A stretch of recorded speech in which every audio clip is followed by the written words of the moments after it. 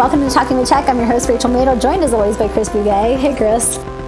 Rachel, what's going on, man? Did you just get out of a presentation? I did. And I literally had the worst nightmare for a presenter happen in real time. So I presented for an organization in Canada, and I have a scheduling assistant that helps me with scheduling. So I'll CC her on things so that she plugs in my calendar, because at any given time, because I do so much kind of consultative work and team meetings, it's I don't have the same schedule every day or every week. And so anyway, the scheduling's crazy. I have a scheduling assistant. I CC her on everything. So she's the one who kind of plugs it in my calendar, whatever. We got the time zone wrong, Chris. We got the time zone wrong, which is a huge problem because I wasn't ready, and the presentation was happening in 10 minutes, and I thought it was happening in an hour and 10 minutes. And so luckily, I, had myself together, I did my hair and my makeup and whatever. But luckily I went on my computer and got my email, and it was hey, Rachel, are you able to log in? And I'm what? And so I was I thought this was Eastern Standard. So anyway, as someone who's on the West Coast, who's presenting across multiple time zones, it's always this fear of mine that the time zone's wrong, and I didn't do the math in my head, or my Google Calendar didn't do the math, or and so anyway, luckily it was fine. I was a little frazzled because I had 5 minutes before I went live, and I was frantically trying to find my slide deck and make sure I had water and do all the things I do right before I go on. But it could have been ugly. Could have been real bad. Well, okay, I feel that on multiple levels. So first of all, I just also got out of a presentation. Literally, it was a 25-minute presentation I did for an organization, and all day, it's it starts at 10:45. It starts at 10:45. But it doesn't start at 10:45. It starts at 1:45, because at 10:45 is Pacific, but where I am, it's 1:45. So during my lunch, I'm going to do this half-hour presentation, right? And I had to keep it. Do I have it right? Do I have it right? Do I have it right? I know that fear. And then also, if I get it wrong, at least I want to, because there have been times where I've gotten it wrong, but I've gotten it wrong on the right side of it, where it's been okay, here I am. We starting the presentation. Chris, it's an hour from now. Oh, okay. All right, so I'll go kick around for an hour. I can always find something to do for an hour. That's the good sort of, it's the other way that you're just mentioning. That's really the panic. Wait, I'm supposed to be there, especially if you missed it. You know what I mean? If you didn't have your phone or whatever, or you weren't on your email, you could have easily missed it, So I totally understand that fear of missing out, missing the time zone crunch. You know what this reminds me of, Chris? Remember when we were presenting together and we showed up and we realized that we were a week early? We were okay, I'm ready to do this coaching webinar. And we were where is everybody? Yeah, you and I were there. No one else was there, because they were oh, that's right. It's a week from now. Now, here's something else interesting. I don't know about yours, but so this was a half-hour presentation for me, and I did it for free, and so that is always an interesting dilemma to have, is what do you do as sort of pro bono work, and what do you do where you get paid? We talked about this in a different context a few weeks ago when I got offered to do that, and I did do that, consulting work with a company. But this is presentations we do more frequently. So I'm just curious, what's your take on that? What's your thoughts on that? How does that all work for you? So, great question. I feel there's a lot of different factors that go into, if I'm presented with an opportunity to speak, one, is it paid or unpaid? And how do I make the decision about what I do for free? And then, if it is paid, how do I decide how much to charge? How much am I going to get paid? So, when I'm thinking about free, the first thought I think is okay, who wants this presentation for free? I'm less inclined if they are an organization that's profiting from the talk. I say less inclined. That doesn't mean I never do it. There's a lot of factors. How many people are going to be in attendance? What kind of content do they need? Is it something that I've already created that can just be easily presented? Or is it something that I've created that I don't want to just be, all access all over YouTube or the internet or, whatever. So there's lots of different factors. But ultimately, I think When we have opportunities where we can reach a broader audience with AAC, the SLP who's super passionate about AAC and spreading that message is like, you know what, like this is a really great opportunity to, make an impact on people that maybe I wouldn't be able to reach otherwise. SLP Summit's a really great example of that. I had the opportunity to talk to, 13,000 or 15,000 SLPs. Like I wouldn't have had that opportunity. And I feel really good about that because I was able to make a big impact in the way that people thought about AAC and think about the ripple effect that has on all the students, on all the caseloads of all those SLPs who watch that talk. And so there's kind of a lot of different factors that go into it. But, I'm not necessarily opposed to doing, speaking events for free, but also like we can't do everything for free. Think about if I offered free presentations, Chris, or we did. We would literally have a presentation every single day, all day long for the rest of our lives, and we wouldn't be able to sustain that. Absolutely. And what you just said, I mean, really, this is echoing our conversation from a few weeks ago, but I made that same decision to present for free for this organization. One, because it was really a 25-minute presentation. If I can't talk for 25 minutes, you know what I mean? Like it doesn't take much prep.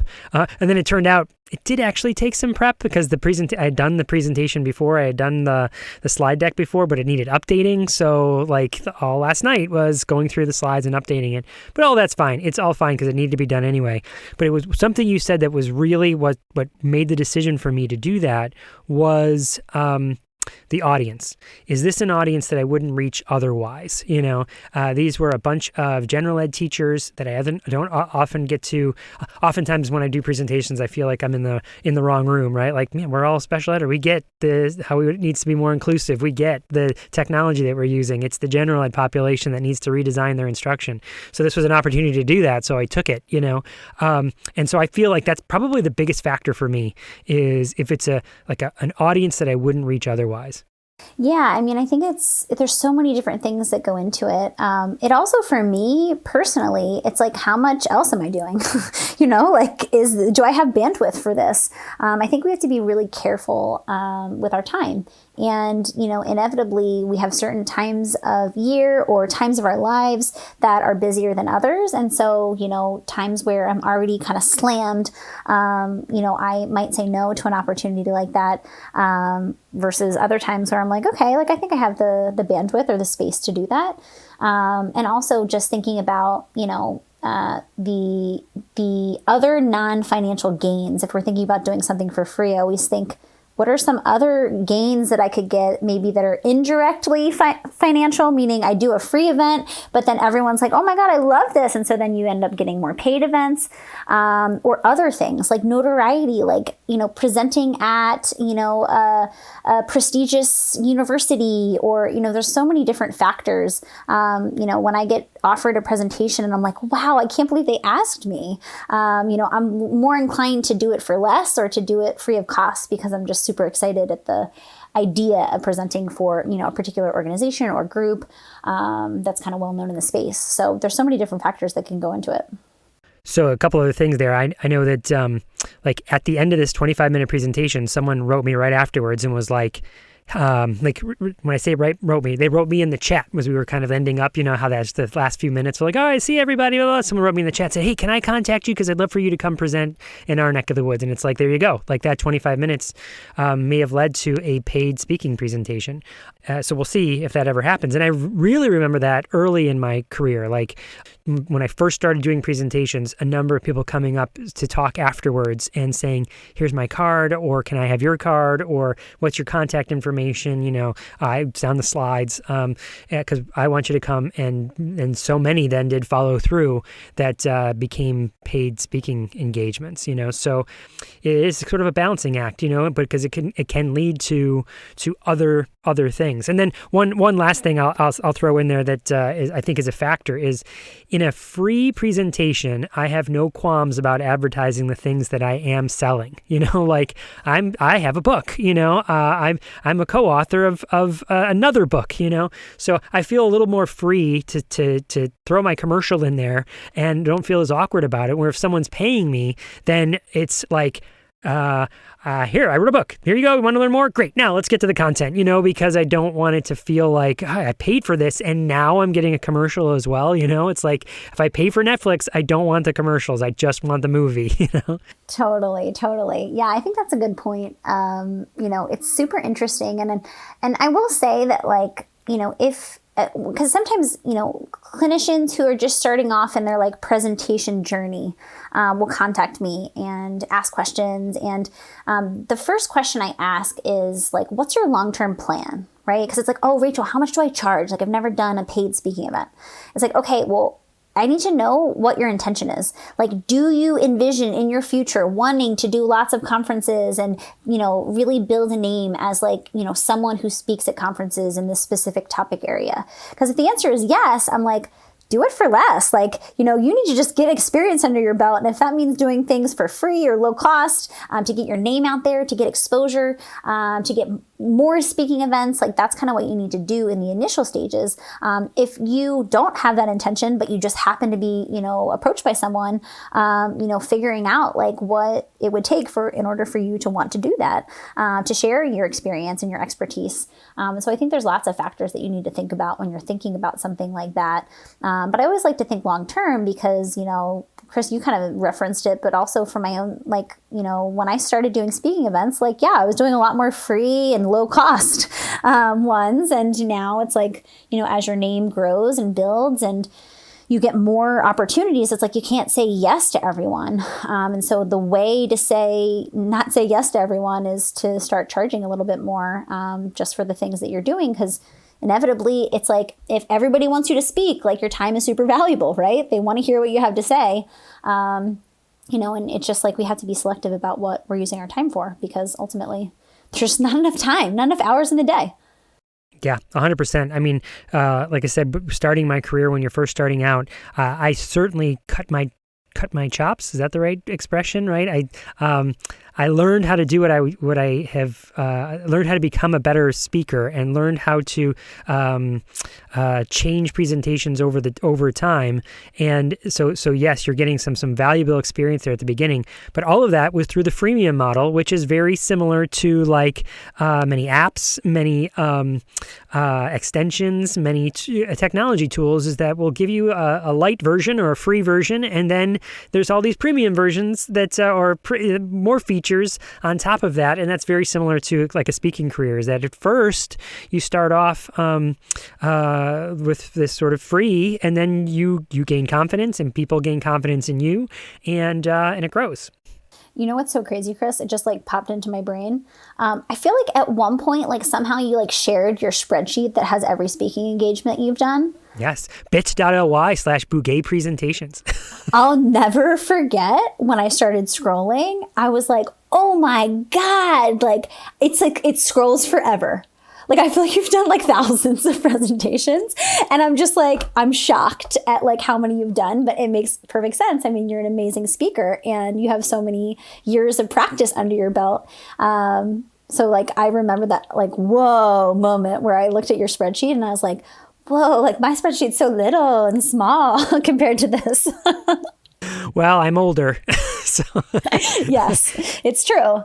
One day you're going to be free scrolling on mine too. And it's going to be wow, how'd she do it all?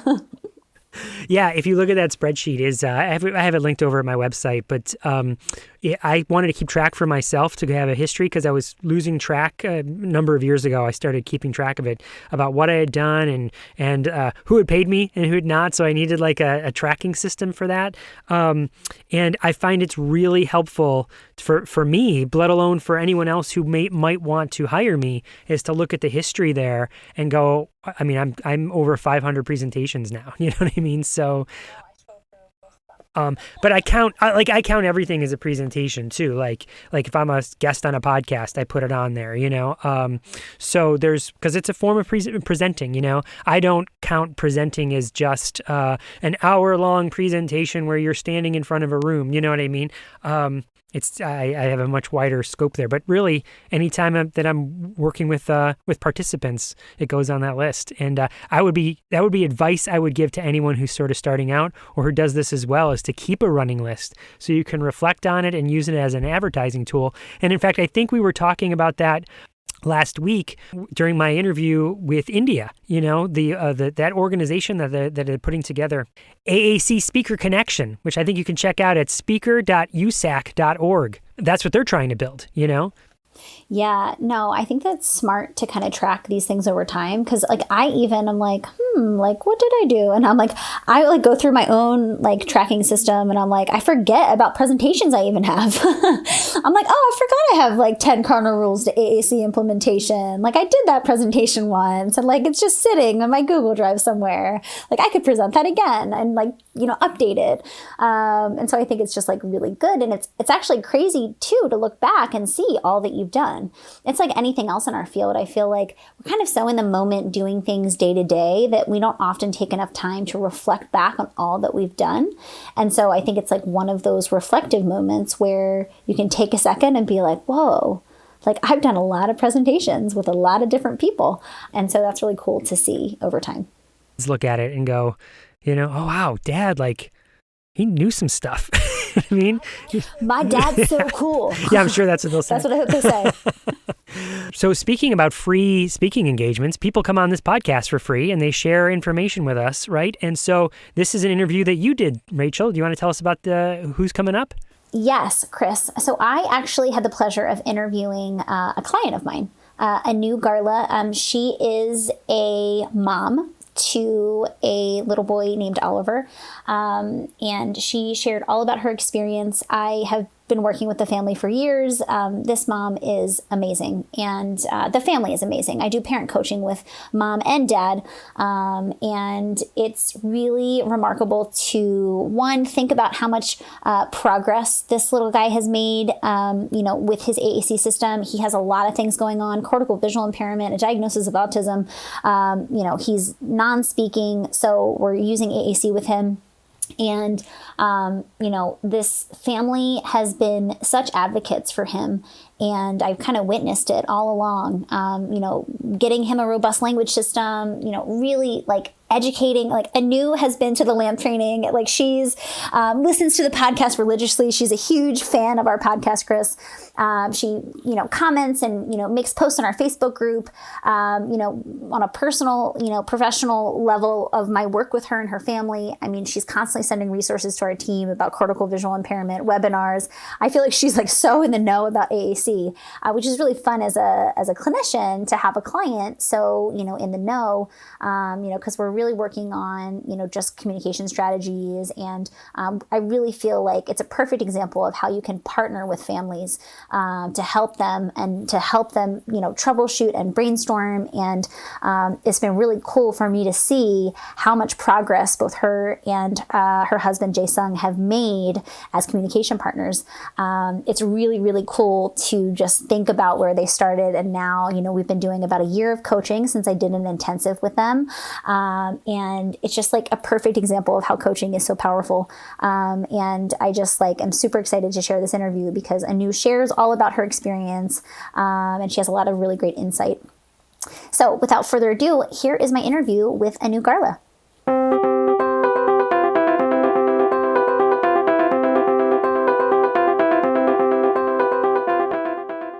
Hey there! If you love listening to this podcast, we would be so grateful for your support to keep it going.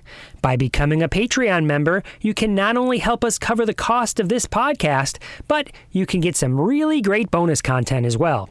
We post video tutorials, behind-the-scenes recordings, and bonus segments from our interviews. We would love for you to join us by going to patreon.com/talkingwithtech. That's patreon.com/talkingwithtech.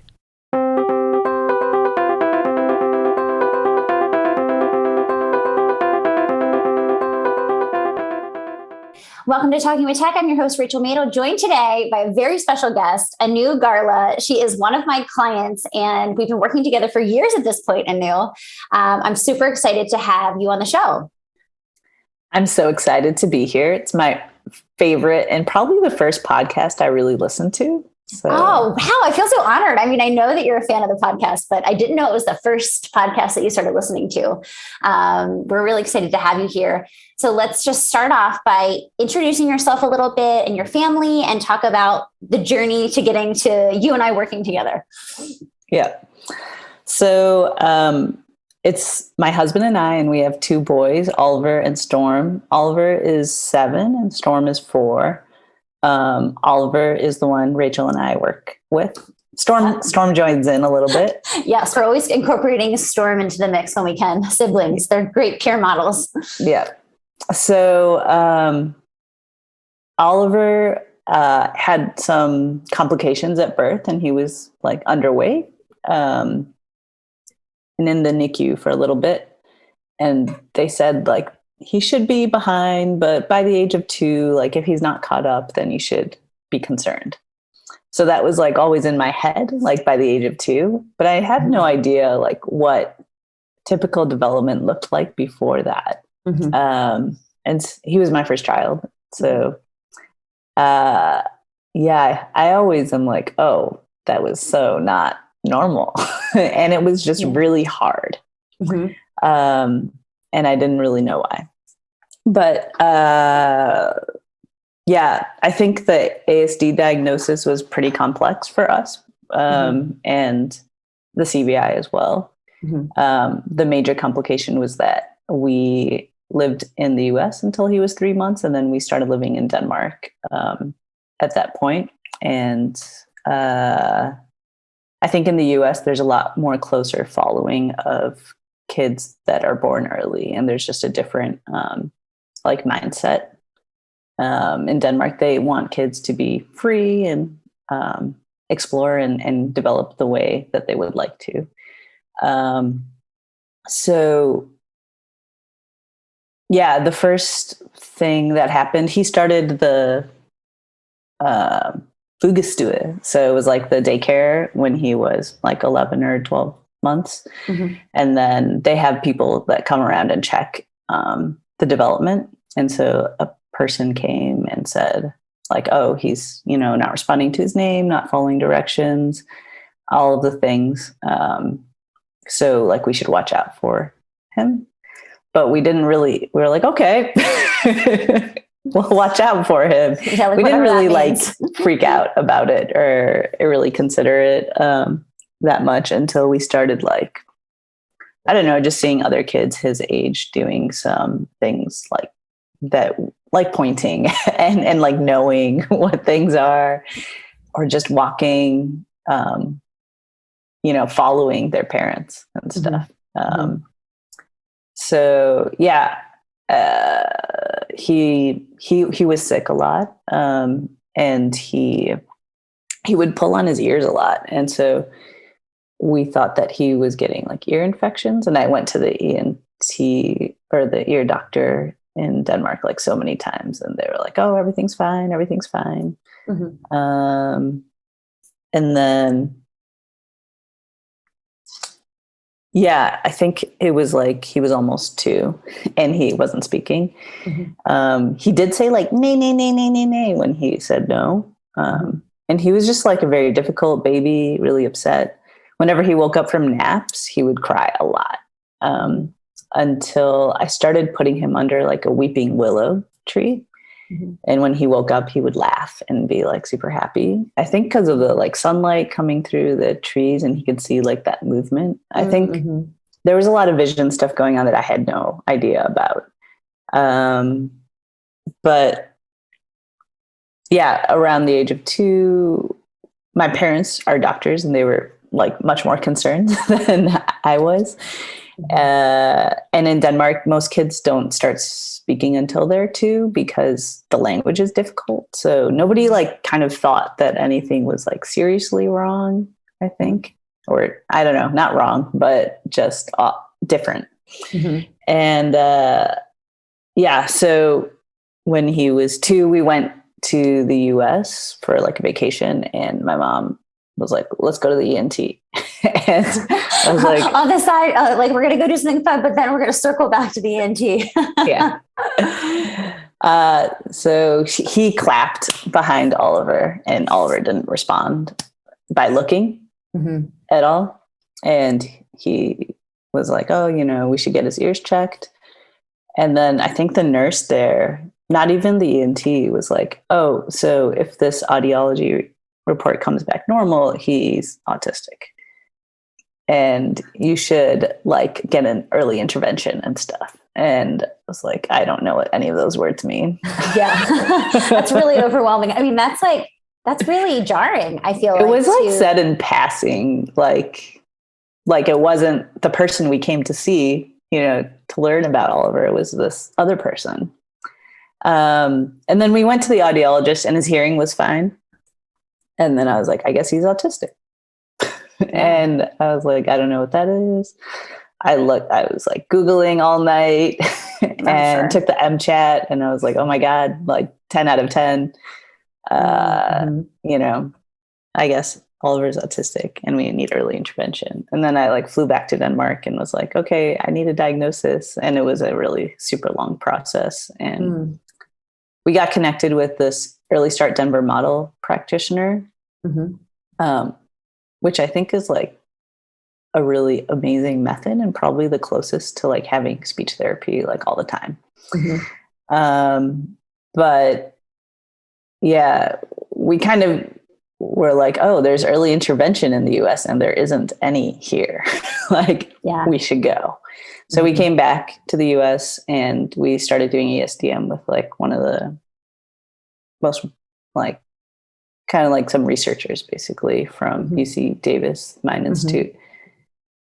Long story, but we ended up in LA. We met Rachel, and Oliver still wasn't speaking by the time we moved here, which I think he was like 3.5 or something. He did some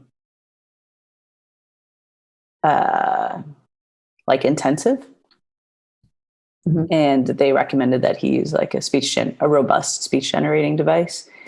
And that we talked to Rachel. And then we met and we did an assessment and we got a device funded for him. And then I feel like it kind of like looking back on it, and it feels like we kind of like I did the assessment initially, but then we didn't start seeing like real progress until we started working together more regularly, like with the coaching model, I feel like. Yeah, definitely. I think I didn't really understand the coaching model. And maybe you weren't doing that yet. It was many years ago. Yeah, it was a long time ago. And yeah, I don't know that I was. It kind of I transitioned into that. The coaching model is really hard because most people don't want a coaching model.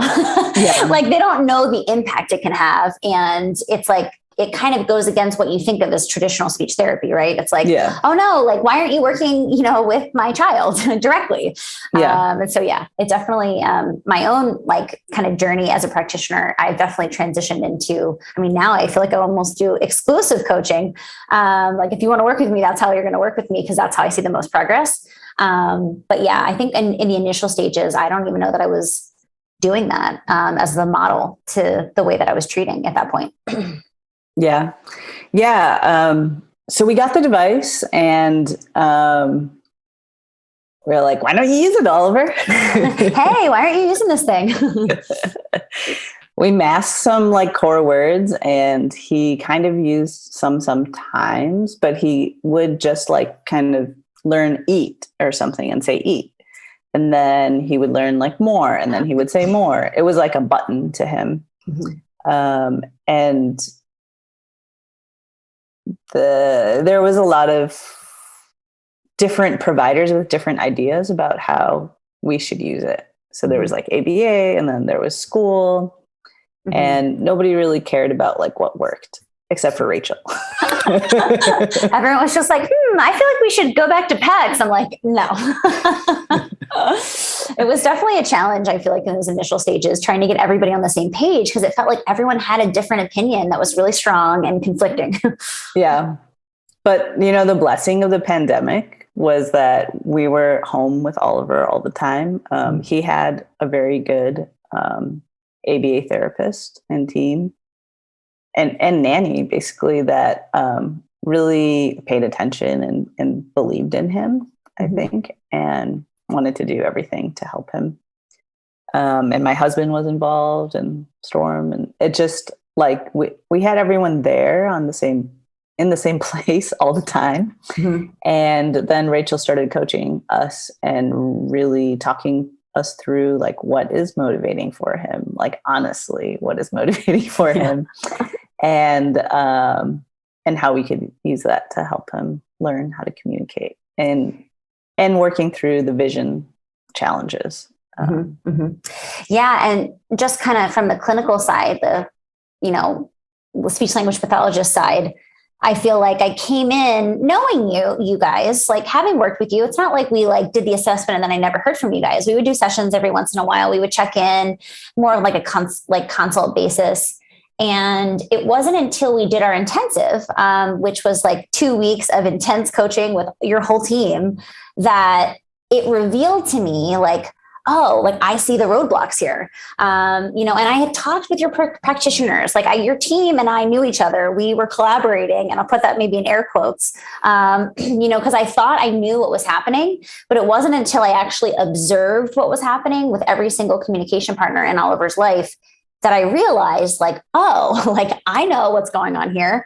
And for, this specific case, it was, you guys do an amazing job of, modeling for him and giving all that aided language input, which, sometimes that's the challenge, right? Is like, I'm like, you're not modeling enough. Like we need to model all the words all the time. And I feel like you guys have always done a fantastic job of that. For Oliver, I think it was stepping back and, really giving him space to try to initiate communication. Because he was just like, and I think paired with the cortical visual impairment, it's hard for him. It was hard for him to visually access the system and to figure out where he was on that system.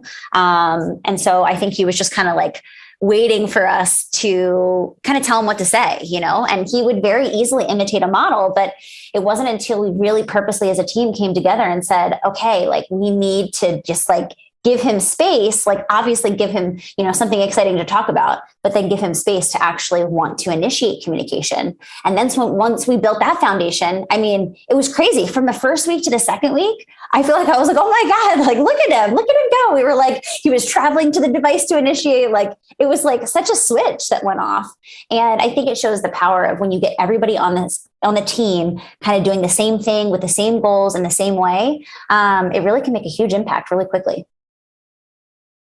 Yeah, definitely. It was amazing to see that. And I think that before the coaching, I felt like the burden was on me. And I was really trying to get everybody else on board, which was kind of impossible. And after the coaching, it was like everyone was on board. And providers change and whatnot, but we're the constant, we're the family. And I feel like even like a little bit of quality interaction that we have at the beginning or the end of the day is still making progress for Oliver. And I'm not so stressed out about getting everyone on board. I'm like, well, they'll get on board eventually or not, but that's okay. Yeah, I think that's very much a struggle that parents oftentimes face with kids with complex communication needs. We know the importance of a team approach and, collaboration, but it doesn't always unfold in, the most like beautiful way. Sometimes there's roadblocks to that. And I mean, I can see the challenges that you had with the team. And it was like, I feel like I've seen every approach that you've given. It's like, I've seen like, let me just like outline every single thing that you could potentially do and give you all these resources, or let me just like kind of nudge gently. I feel like you've tried every different approach with your team. And it's interesting because one thing might work for someone, but another thing might work better. So it's really hard when you're working within teams. Like, how do we get people to do what we need them to do? And I think that ultimately that's why, having someone like me be able to kind of corral everyone, it just, one, takes the burden off of you. And two, for whatever reason, I think that, team members typically respond better to professionals, which I don't agree with at all. I feel like parents know their kids best. And it's like so sad to me that, just because a parent's saying something, like maybe a professional doesn't take it as seriously. I know more, I feel like, about AAC than like new clinicians coming out of grad school. I feel like you have been to the LAM training, like you've done so much. You listen to our podcast every week. You are such a wealth of information on the AAC front. And it's just like unfortunate that, all of your gems of wisdom are sometimes, not accepted just because you don't have, professional status behind your name. Yeah. I definitely feel like that, and have felt like that. I think that also during like the early intervention period with the early start done model and probably other models, there's much more of a coaching approach to like intervention with your child. So the professional is working with you. Whereas when you shift to the school environment or to like ABA, as ABA is normally practiced, it's much more of like they tell you what is supposed to happen and like what the proper order of learning things is, not like what actually works for your child. Yeah, it's like we can't have this like cookie cutter approach, right? Like, and that's what everybody wants because that's easy, right? It's like follow step 1 and then step 2 and then step 3. And unfortunately, that's not the way that kids are. Every kid's different. Every, case you're on as a, clinician is different. And I mean, I feel like thinking about Oliver specifically, we've had to go through so many different we had to partner together, you and I, and, the rest of your team to figure out how we can get past some of these roadblocks, because we've had a lot of roadblocks, especially with the CVI piece. Like, just to give a little bit of backstory, he went a long time without a CVI diagnosis. And then eventually it was like, oh, like he has cortical visual impairment. Like that could explain so many things. And then, even now, he's still kind of scrolling his device, trying to find where he is on his device. And that appears as if he's not being intentional with his communication, which is like a huge roadblock, especially for new team members that meet Oliver. They think that he's just like, stimming or, just not being intentional with the words that he's selecting. But if you know Oliver, you know that he'll scroll around and hit all the words. But then once he lands on like what he wants, he stops and he's like, okay, I found it finally, And so I think it's just been a challenge just getting, I feel like, the team to believe that like, his communication is intentional and that he's able to use that device for communication in really purposeful, meaningful ways. Yeah, it's definitely, I still think that there are people that don't understand that. And I think the environment that we create at home is more like he can say whatever he wants, whenever he wants. Mm-hmm. And if he says like a Kai, when I'm trying to get him to say like, let's go outside, like go, then he said a Kai and like, that's what he meant, And he says it a lot because that's his favorite thing. Yeah. But it's actually a Sai, but we all say a Kai because that's how the device says it. Yeah. We've changed the actual way we name the fruit. But that makes sense though, because if he hears on his device a Kai, but then you say acai, like that's confusing for him. So that's a fun additional side note. I think we just like are like, okay, you said something different. You don't want to say go right now. And I'm going to accept that and be like, oh, we don't have a Kai right now, but we're going. But we actually are still going outside. And in other environments, like I haven't observed him in school, but I imagine in school or in like therapy settings, they're like, choose the color, like which color of this thing do you want? And he'll like just want any color because he doesn't really care about colors. Mm-hmm. And he'll just say anything. Mm-hmm. And then grab like a different color or something. And so people are like, oh, I guess he doesn't like know his colors or understand his colors. And it's like, well, he doesn't care about that right now. Totally. I was just on another coaching call yesterday with another mom, and she had the same issue. She was like, the things they're asking, like they're saying he doesn't know them, but I know that he just doesn't care. If he doesn't care, like he's just going to pick something random and like, that's it. And so I think it's a really important thing to think about, before we decide whether or not we think a child can or cannot do something. We need to make sure motivation's there. It needs to literally be kind of the current that's going through everything that we do as educators. And I think that that's a huge kind of misstep that I see a lot of educators make is like, and I understand the challenges of the classroom. Like you are bound to academic goals and curriculum and all these things. But, ultimately with an emergent communicator, like you need to be focusing on highly motivating things to talk about. And if you get creative and think a little outside the box, you can do that with most of the curriculum that you're teaching. And so I think it just takes an extra layer of thought and planning and intention to do that. And it also just takes really, I think, looking and seeing, all the ways that a child is either showing us that they really like something or showing us that they're, either not, they don't like it, or they're like, whatever, I don't care. I could care less either way what's happening, Yeah. Yeah. I think, lately we've been blessed with like a really good teacher who cares about like teaching Oliver as much as she can. And that's been great. Yeah. So I wouldn't say that it's all like, but I just feel like as a parent, it's important to just depend on yourself and your husband and your family to provide whatever you can in terms of like natural communication to your child, because that's really the environment where they are allowed to naturally communicate. Yeah. I think that like, I always think about the fact that home should be a safe place. Like it shouldn't be a place where I feel like I need to like perform or do all this work.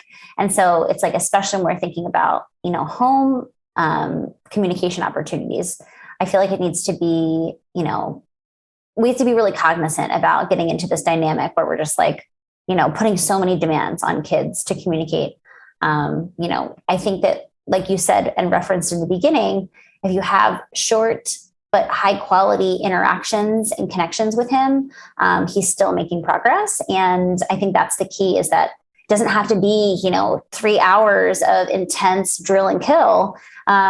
Just having interactions, that come up throughout the day, whether or not they're, long or short, just having that quality there is really important. And I think that can make everyone happier too, because it's like, I had just had a nice, time reading that story with him, or, cooking with him, or, whatever it is that you decide to do. I think it's like quality over quantity in a lot of ways, especially in the home environment.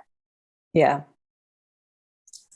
What has been a game changer for you, Anu? So we have a lot of, professionals who listen to this podcast, and I think it's helpful to hear a parent perspective. We also have a lot of parents who listen to this podcast like you. So, some parents might be starting off their AAC journey with their, child, and, you've been through a lot the last, few years trying to get Oliver the device, and then learning about the cortical visual impairment, and, trying to get his team on board and all the things that you've gone through. What has been the game changer for you that's really made the biggest impact? Well, Rachel Madel. Thanks, Anu. Coaching. I think the biggest thing was, everything helps, but for Oliver, when he started medication, I think he was able to focus a lot more. And he had done this intensive at UCLA. It's called like Kids Connect now, where he started the meds. And they also had very high expectations for him. And they were just like a very connected team that was really focused on what worked for him. So I don't think they were perfect at all, but I think those two things really, they happened right before the pandemic. And then we had the coaching, and it was just like, everything was like moving together. I think that program also had a lot of parent involvement. So my husband was able to be more involved in a structured way. and he was used to doing that. Whereas before he had been involved in early intervention a lot, and then he just got kind of consumed by work. And he was able to like create some sort of space for him to be a part of it. And I think that really helped Oliver because we're like the main people in his life. Yeah. So I guess it's accepting that your child might need medication and seeking it out and giving it a try, trying multiple things. I think that journey has been very difficult for us and probably for a lot of other people, especially for like a young child. And then the other thing is like having everybody in your family involved with it as much as possible, and kind of troubleshooting everything. I think I also had this like idea about Oliver that he was interested in doing these specific things, like playing with, well, he does like playing with magnet tiles, but maybe like puzzles or other things that I think they're like kind of learned things that he's into from various therapies. But like the real things that really drive him are not those things. They're like food things, but also like sensory needs, like wanting to swing and jump and run and swim and stuff. And that's where the language has come. It's not like these things that you want him to be into or something. Totally. So just like really observing your child from like a distance and seeing what drives them is kind of really important. Yeah, I mean, I completely agree with that. And I think that, I mean, that's something that I really believe in. And like whenever I'm on a team, it's like the first thing I figure out. I'm like, okay, what's really motivating this kid? Not like what I want them to be motivated by, not by like what's happening in the classroom that I want them to try to communicate about. What's actually motivating a child to, get excited to talk with us and communicate. I'm curious, Anu, are there any strategies that you and I worked together on that you feel like made a big impact? Because we've worked on a lot. We've gone through a lot of different strategies, over the course of time that we've worked together. I'm curious if anything stands out. Well, I'm not sure what you mean by that, but there are a lot of things we did because of Oliver's vision impairment that we found that works for him, like putting actual pictures into his device of things, like his water bottle for water. And Akai was like the color purple that helped him. And then the other thing was like limiting the field. So we would do a lot of practice with just one icon on the device. It was the full motor plan, but it was one icon. And then we would expand it into something. It wasn't like the way they teach PECs and the way that the school does is like a preferred and a non-preferred. But Oliver didn't have any non-prefers. He'd be like, oh, what's that? Oh, I'll put it in my mouth. And I think part of that was his vision. He was like, oh, I want to like see what this thing is in my mouth. But yeah, it was like having a preferred and another preferred so that when he said something, it meant something important to him. So yeah, I think choosing to do it like that instead of the typical way, which is like preferred and non-preferred. And then with the coaching, it helped to have like homework, like not something huge, but just like something really specific. Like we're going to work on like pool because we're going to the pool every day, like these weeks. And like, then we did it. And then he actually like said swim by himself. I think he had a book that had swim in it. So we like modeled swim a lot and he actually started using swim instead of pool, which was pretty cool. Like sometimes he finds things on his own and he's really listening. So yeah, I think keeping talking to him. Also, I think a lot of with autistic kids, you try to simplify language so that they can like process it better and also respond. But with Oliver, I've started using just like a lot more language because I think he can really understand and he's really listening. And with the visual impairment, he's like depending on what he hears a lot more than a kid without that. So yeah, those aren't like strategies. They're very specific to Oliver, but yeah. No, I mean, that's helpful. That answered my question. I didn't know if there was anything about the work that you and I have done together that stood out, like, oh my gosh, that made a huge difference. I do think that limiting the field size and all the considerations we've taken with the cortical visual impairment have been really huge for him. Also, I think that giving him space to communicate and let him wait time and processing time, I think has been a really big one that I've seen across the board with the team that's made a really big impact. Because I think that ultimately, especially because he's still kind of trying to figure out where he is on the device from a visual processing standpoint, I think that he needs extra time to kind of like figure out what he wants to say and where that is on the system. So yeah, I mean, I think that that's been huge for kind of the team in general. I'm curious if you could give any advice to either parents or professionals about AAC in general, or just your experience. Like, what would you say? My advice for parents is to trust yourself. I think I've had a hard time doing that because there's a lot of professionals telling you things and they're the authority. So you kind of forget that you know the most about your child.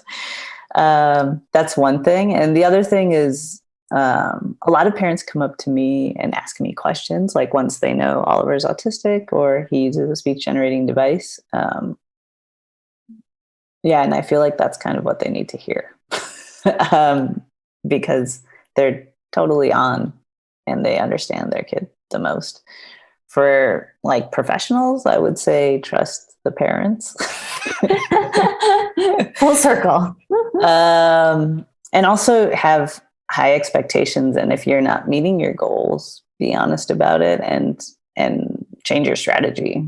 Like either change your goal to something that the child is actually motivated by or teach in a different way. Yeah, I mean, I think that's a big one, is that I see a lot of the work that I do with school teams sometimes, and, other practitioners, is it feels like, they have all these skills, but only with support.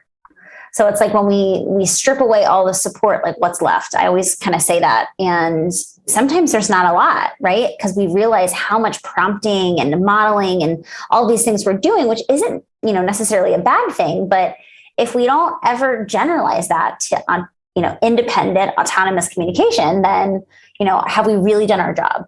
And if that's not happening, like it's my job as a practitioner to figure out how to make that happen. And that's where I think sometimes, we get into trouble because it's like, wow, like he says all these things, he's building sentences. And then I observe it and I'm like, yes, but only when you model it or you're telling him what to say, a very different skill than like, I have an idea in my head and I'm going to communicate it with you. And so I think that's really important too. But I think that's huge. Like it took me a while to like actually see that. Yeah. Well, and also I think it takes putting your ego aside to say like, you're right. Like they're not meeting their goals. And it also takes writing goals that support independent communication. Oftentimes I'll read IEPs and I'll see, with verbal, visual, prompts and all of these supports, which again I'm not saying that that's, not a good thing. We need to scaffold the learning for, our kids with complex communication needs so that they can make progress. But my end goal is independent. Like the benchmarks should be like with all the scaffolded support, but, by the end of the goal, like my goal for kids is to be independent communicators. And I think we need to kind of make sure that we're addressing goals in that way. And yeah, I mean, I also just like, I full-heartedly believe that parents know their kids best, and we need to really support, whatever it is that parents feel like is the right decision. And of course, educate and empower. And, we have tons of experience with, kids with communication difficulties. But I think that partnering with parents is a better strategy long-term than, being like, I'm the professional and like, I know what's best. Right. Yeah. I agree. Okay. So are there any fun like stories? I was trying to think, Anu, like, do I have any fun stories that I can share about Oliver? I'm curious if you have any like interesting or funny stories to share. I really don't. I really don't. I feel like they come up all the time when we're working together. What is a fun story? I don't know. I'm trying to think of like something he's said or done that's been like, oh my gosh. I know for a fact that we have them somewhere in our brains, but we just don't know them right now. Yeah. How long have we been working together? So I guess since he was 3.5. So 4 years. I had the eval when he was like 3.5. And then it took like a year to get the device. Oh my God. I know. I wrote the funding report for that and they kept denying it. Yeah, we worked like every now and then. You were very busy. You were a difficult person to get meetings with. Yes. And then, it didn't become regular until we did the coaching and then afterwards. And and that's when I kind of realized like, wow, like I can do all this virtually, and like I started doing it before the pandemic. So I was doing coaching before that virtually, but then it was like the pandemic really allowed everyone to just understand how like virtual works. So it was like before I was like, you have to download a program called Zoom and like, you're going to have to log in. And, and now it's just like more commonplace. But yeah, the intensives have been a game changer. Like all of my families that I've done intensives with, I am shocked almost at like the progress and the momentum that it builds. And it's really, the grand scheme of things is not that much. I mean, it's 2 weeks and, it's a couple sessions a day. So it's not like it's nothing, but I feel like kind of front loading all of that work just like gets everybody on the same page at the same time. And like, you can see a lot of progress happen pretty quickly. And so I've been really happy with that in my practice with the families that I've done the intensive with. And the ongoing support is also really great. And I feel like I've been able to help you guys at home and your team. And it's been just like awesome to see all the progress that he's made. Yeah. Now we're on a literacy kick. So we're like teaching Oliver how to read and how to write, which has been fun. We've been book studying the Comprehensive Literacy for All, which if you guys are listening and you don't know what that book is, how do you not know what that book is? But you should go get it right now. Karen Erickson and David Copenhaver. We'll link to it in the show notes for you guys. But we've been hitting the literacy hard this summer. Yeah, I think that what you said before about what Oliver can do independently is really important. And I think even beyond literacy and communication, just like getting dressed, like giving him time for all of those things is really important. Yeah. Yeah. And I think that if we don't give kids the space, then they just become accustomed and conditioned to wait for us, right? Like I'll wait for mom to like do all these things and I'll just kind of hang back. And so we need to push kids out of their comfort zone because that's where learning happens. It's not where I'm just like, I'm just doing the same thing I always do. It's also like if we push too hard, then, we can cause frustration. So it's like that sweet spot where we can really make an impact with kids. Yeah. Yeah. I think in the beginning of the coaching, that was like the most heartbreaking thing for me to realize, like he is waiting for me to give him permission to say Akai, basically. Yeah. Like he wouldn't push Akai unless I was like actually holding it or touching it. Like it would be on the table and he wouldn't say it. It was crazy. I was shocked. Yeah. But yeah, I think, sorry. I know. No. You're totally fine. The literacy stuff has been cool. I was always focused on Oliver communicating, and I never thought about literacy as being part of that or a focus at all. But now that I mean, that's like what you do with little kids all the time. You're teaching them about letters and books and sounds and stuff. And yeah, now that we're starting to do it, I can see that he's really interested in it, and it could open up a whole world for him. So absolutely. I'm training your whole team on literacy too. That's the goal for this year. Getting everybody on the same page, figuring out who's doing what with your beautiful spreadsheets. I have to share, Anu is amazing with spreadsheets. We have the most massive spreadsheet for Oliver that has all of our coaching videos. We use Loom for that, and so many resources about cortical visual impairment, a whole salient features tab, all about the words that we can use as salient features when we're describing things for Oliver. I mean, it's super comprehensive. And Anu, I don't know that I know anybody else that works so hard to, provide resources for their team. You're constantly sharing podcast episodes and articles and trainings and all these things to support your team. And I know for sure, I definitely appreciate it. Just because sometimes you share things I haven't even seen this, I don't even know what this is. So thank you for opening my eyes. And it really is helpful to have, a parent who's so dedicated and committed to, helping her son continue to progress. And I think that it starts with just those relationships that you build with the people that are working with your child. And I feel like you've done a really great job of building strong relationships. Thanks. Yeah, I think I've learned a lot from you. That's what I do all day. Yeah. And we always talk about it. I'm I get people to do what I want all day long somehow in a really nice, sweet way. It's my secret talent. I think getting upset and crying about it was my prior strategy. And my current strategy is asking a lot of questions and listening to the answers.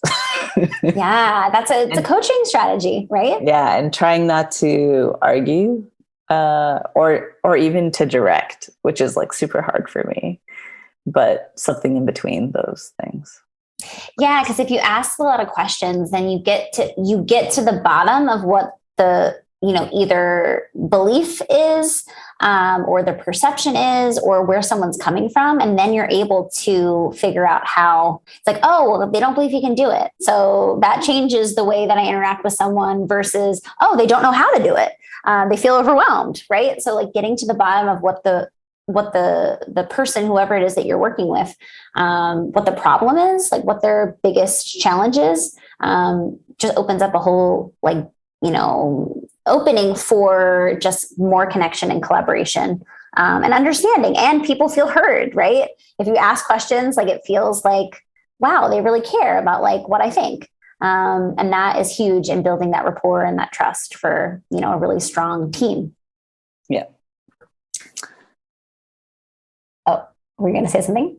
No, I just, so I did want to talk about how I'm going to do an internet explosion of the resources that I've made for Oliver, and maybe make them a little bit better or not have copyrighted images in them. So, and on Teachers Pay Teachers and YouTube, and hopefully on Kindle Reader, because then you can't, I've found there's PowerPoint presentations we've been using as books for Oliver, but for him to independently access it means that he can access the editing features of it and just move the pictures and text around, and then it doesn't work anymore. So if it's on Kindle, it'll be more like a book he's reading instead of a book that he's playing with. Yeah. I mean, I'm going to kind of give you a shout out, Anu, because the resources that she creates are amazing. So they're all, helpful for kids with cortical visual impairment. So they have high contrast images and backgrounds. They're to support literacy, which is really great.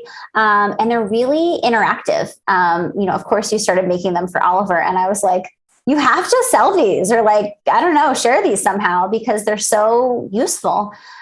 We know it's really hard to find resources that are suitable for children with cortical visual impairment.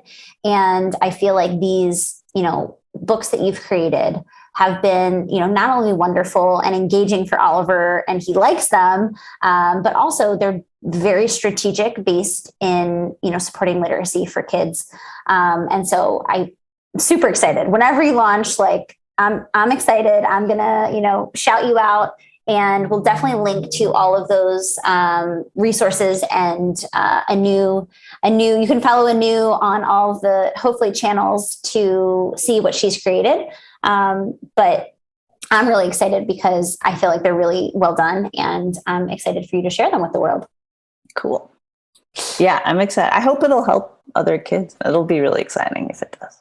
Oh, I definitely think it's going to help other kids. I've even I'm like, can you share this with me? I have another kid with CBI that I want to teach the letter R to. Oh, so definitely. Okay. Anu, we have one question. I have one question. Chris doesn't always ask this, although sometimes he does. I have one question that I ask all the people who come on the podcast, and that is, if you had a billboard that every SLP could read, what would you want it to say?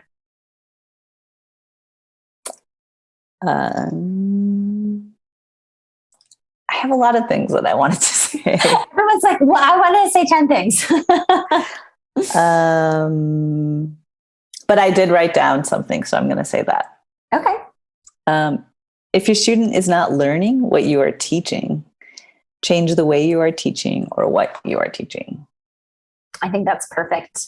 I think that speaks to kind of I always think of it as like the burden is on us as educators and adults, right? If I am not connecting the dots for a child, it's not the child. I think it's so easy to be like, oh, they're not interested. Oh, like they're not attentive. Oh, like, and putting it back on the child instead of putting it on me and saying, okay, like the way I'm teaching isn't working. So I need to pivot. I need to try something different.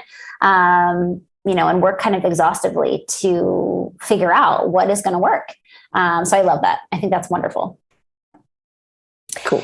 So Anu, for people who are listening and are like, oh my gosh, she's a wealth of resources. I want to connect with her. What is the best way for people to get in touch with you? I have an email, and I'm launching on like YouTube and Facebook and all those other things. It's called Olifantabulous or Malicious. It'll be in the show notes. It's a long one. Yeah. People are going to need it in the show notes. Yeah. So it's Oliver and Storm's names in a very long hand. Love it. Love it. Love it. Okay. So we'll definitely include all of the links in the show notes for you guys who are interested in checking out all the wonderful things that I'm excited to check out too, Anu. Thank you so much for coming on. I appreciate your perspective. We've been talking about this for years. I feel like at this point, I'm like, oh, like you should come on the podcast. So I'm happy that we finally did it. I feel like your story is really wonderful to share, and also really meaningful to me personally, because I've been working with you guys for so long, and I've seen all of the, kind of struggles and the triumphs and the behind the scenes of everything. And like I said before, I feel like you do such a wonderful job of, advocating for Oliver and, educating the team and empowering them to keep moving forward. And I definitely acknowledge all that you do and am so impressed with all that you do. So just know, like you're a fan of the podcast. I'm a fan of you, Anu. I think that you just do such a great job and are so dedicated to continuing to help Oliver make progress. Thanks so much. Thanks for having me. I hope that everybody loves this podcast episode. They will. They will. Don't you worry. Okay. For Talking with Tech, I'm Rachel Madel, joined by Anu Garla. Thank you guys so much for listening, and we'll talk to you guys next week.